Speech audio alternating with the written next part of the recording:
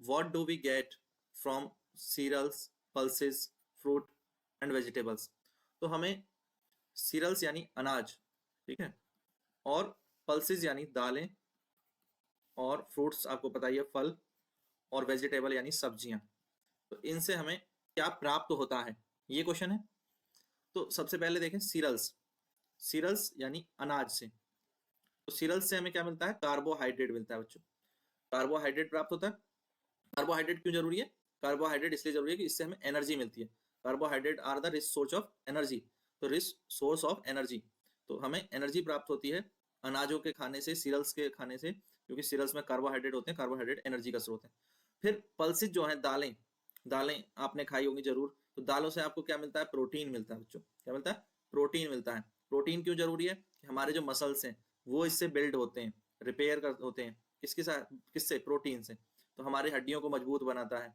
हमारी हड्डियों का निर्माण के लिए भी प्रोटीन सहायक है, मसल्स के निर्माण के लिए, मसल्स के रिपेयर के लिए।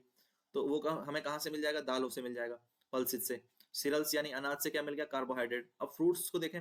फ्रूट्स यानी फलों से, और वेजिटेबल यानी सब्जियों से हमें क्या मिलता है, विटामिन मिलते हैं, मिनरल्स मिलते हैं, ठीक है, बहुत सारे माइक्रो न्यूट्रिएंट्स हमें किससे प्राप्त होते हैं, और मैक्रो न्यूट्रिएंट्स विटामिन और मिनरल से। आगे हम बात करेंगे मैक्रो न्यूट्रिएंट्स और माइक्रो न्यूट्रिएंट्स क्या होते हैं। तो इससे हमें कुछ अमाउंट में प्रोटीन और कार्बोहाइड्रेट भी मिलते हैं, साथ ही ऑक्सीडेंट्स प्रोवाइड होते हैं। फ्रूट्स और वेजिटेबल से कुछ मात्रा में फैट यानी वसा भी मिलती है। तो ये सब चीजें हमें किससे प्राप्त होते हैं, फ्रूट्स, वेजिटेबल से विटामिन और मिनरल। सबसे मेन क्या है, विटामिन और मिनरल्स। इसके अलावा कम मात्रा में प्रोटीन, कार्बोहाइड्रेट और एंटीऑक्सीडेंट और फैट्स भी पाया जाता है। समझ गए, क्लियर है यहाँ तक।